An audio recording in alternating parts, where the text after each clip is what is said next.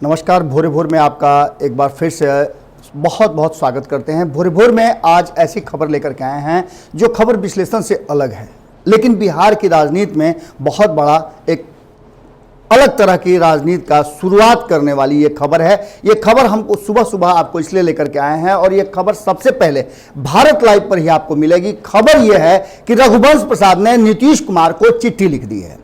आपको पता है कि पिछले 24 से 48 घंटों के अंदर में बिहार की राजनीति में रघुवंश बाबू को लेकर के बहुत सारी बातें सामने आई है। आपको याद होगा कि मैं इस भारत लाइव के चैनल ने ही सबसे पहले आपको बताया था कि किस तरह से रघुवंश प्रसाद की तबीयत बहुत ज्यादा खराब हो गई है, उनके लंग्स में इन्फेक्शन हो गया है। हमने इस मुद्दे पर कई लोगों से बात किया, रघुवंश प्रसाद के करीबी लोगों से बात किया, उनके परिजनों से बात करने का प्रयास किया, आरजेडी के कई सूत्रों से हमने बात किया, आरजेडी के बहुत कद्दावर नेताओं से हमने बात किया। सब ने रघुवंश बाबू के स्वस्थ होने की और जल्दी स्वस्थ होने की कामना की। इसके बाद रघुवंश बाबू की एक चिट्ठी आती है।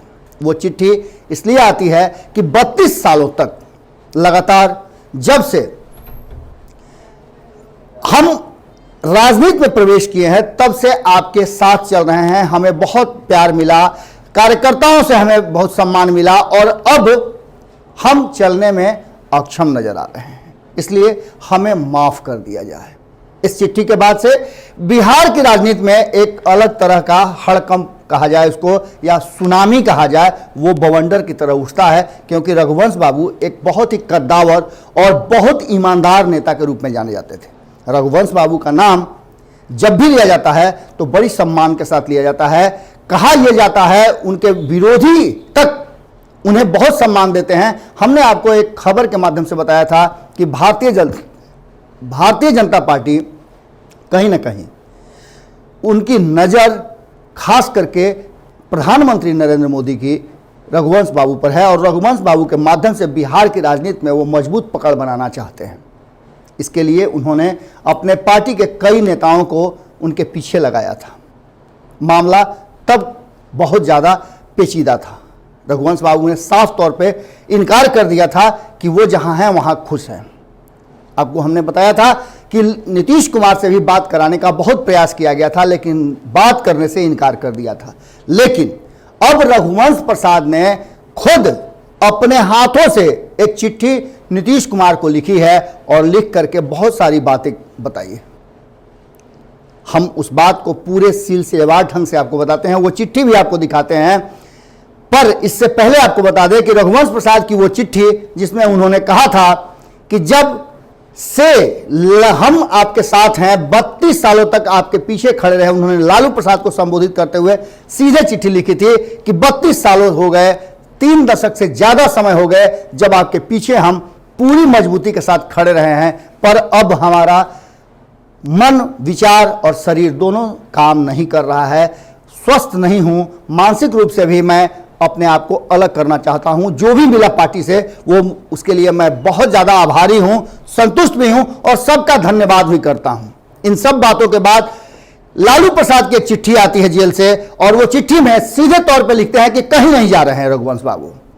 हमने आपको कार्यकर्ताओं की बातें भी सुनाई, लगातार हमने कार्यकर्ताओं के मन की बात भी बताई और इन बातों के बाद से बिहार की राजनीति में एक बड़ी सियासी हलचल मचने शुरू हो गई थी। कई सूत्रों ने हमें बताया था और उन सूत्रों के हवाले से हमने खबरें दिखाई थी।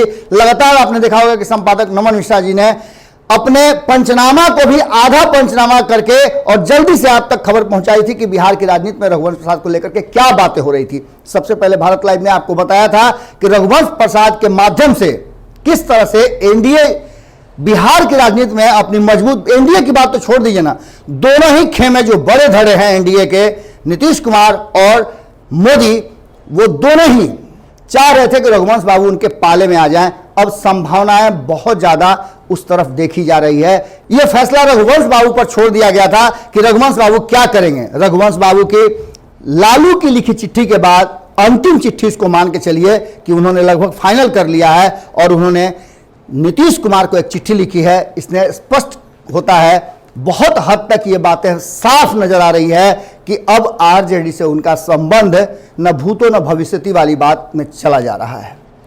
नीतीश कुमार को लिखी चिट्ठी में उन्होंने अपने सबसे ज्यादा महत्वपूर्ण और सबसे ज्यादा रोजगार देने वाले मनरेगा की चर्चा की है। उन्होंने साफ तौर पे कहा है कि मनरेगा को लेकर के वो बहुत ज्यादा करीब हैं।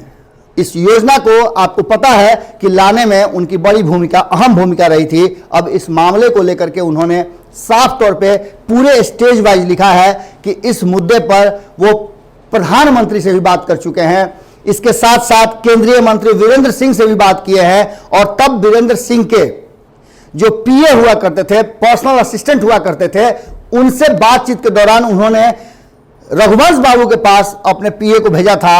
आज वो मामला यथास्थिति पड़ा हुआ है। नीतीश कुमार से आग्रह है कि उस मामले को उठा करके और मनरेगा में कुछ अमूलचूल परिवर्तन की जरूरत है, जिससे कि लोगों को रोजगार अधिक से अधिक मिल पाएगा। आप उसकी व्यवस्था करें। इस चिट्ठी में उन्होंने साफ तौर पे मनरेगा की चर्चा की है, पर इस चर्चा के पीछे कहीं ना कहीं नीतीश कुमार से उनकी नजदीकियां, या फिर कहा जाए कि इस रास्ते से होते हुए भारतीय जनता पार्टी से उनकी नजदीकियां बढ़ने की बू आ रही है। ऐसा लग रहा है कि कहीं ना कहीं रघुवंश प्रसाद ने मन बना लिया है कि अब वो आरजेडी के साथ नहीं, बल्कि अपने आरजेडी के पुराने संबंधों को यहीं विराम दे देंगे और आगे की रणनीति और राजनीति अलग तरह से शुरुआत होगी। हमने ये भी आपको बताया था कि उनके परिजनों की तरफ से लगातार उन पर दबाव बनाया जा रहा है और उस दबाव का नतीजा ही हो सकता है कि कहीं ना कहीं रघुवंश बाबू को यह फैसला लेना पड़ा। आपको बता दें कि अभी भी रघुवंश बाबू एम्स में भर्ती हैं। उनके करीबी सूत्रों का कहना यह है कि रघुवंश बाबू धीरे धीरे स्वस्थ हो रहे हैं, पर अभी भी उनकी स्थिति नाजुक बनी हुई है। उन्होंने अपने हाथों से चिट्ठी लिखी है, जिस चिट्ठी की प्रति आप स्क्रीन पे देख रहे होंगे। उस चिट्ठी में उन्होंने साफ तौर पे पूरे घटना का विवरण दिया है कि कैसे कैसे उन्होंने क्या कुछ किया। इससे पहले की चिट्ठी भी हमने आपको दिखाई थी कि किस तरह से उन्होंने साफ तौर पे चिट्ठी लिख करके, और आरजेडी के ही एक बहुत पुराने कार्यकर्ता, वर्तमान में शिवहर के जिलाध्यक्ष ठाकुर धर्मेंद्र सिंह के हाथों लालू प्रसाद तक पहुंचाने का प्रयास किया था। उन्हीं के मार्फत से चिट्ठी दी थी, और दूसरी भी चिट्ठी उन्हीं के माध्यम से उन्होंने नीतीश कुमार तक पहुंचाने का प्रयास किया है। अब देखने वाली बात होगी कि रघुवंश प्रसाद की इस चिट्ठी के बाद आरजेडी में क्या कुछ होता है। बिहार की राजनीति में तो निश्चित रूप से रघुवंश प्रसाद ने हलचल पैदा कर दिया, और ये हलचल किसी बड़े पेड़ के धाराशायी होने जैसा है। इससे जमीन हिलेगी। आपको पता है कि इससे पहले भी राजीव गांधी ने, जब इंदिरा गांधी की हत्या हुई थी, तो बहुत सारी बातें कही थी, और उस दौरान उन्होंने कहा था कि जब बड़े पेड़ गिरते हैं तो जमीन हिलती है।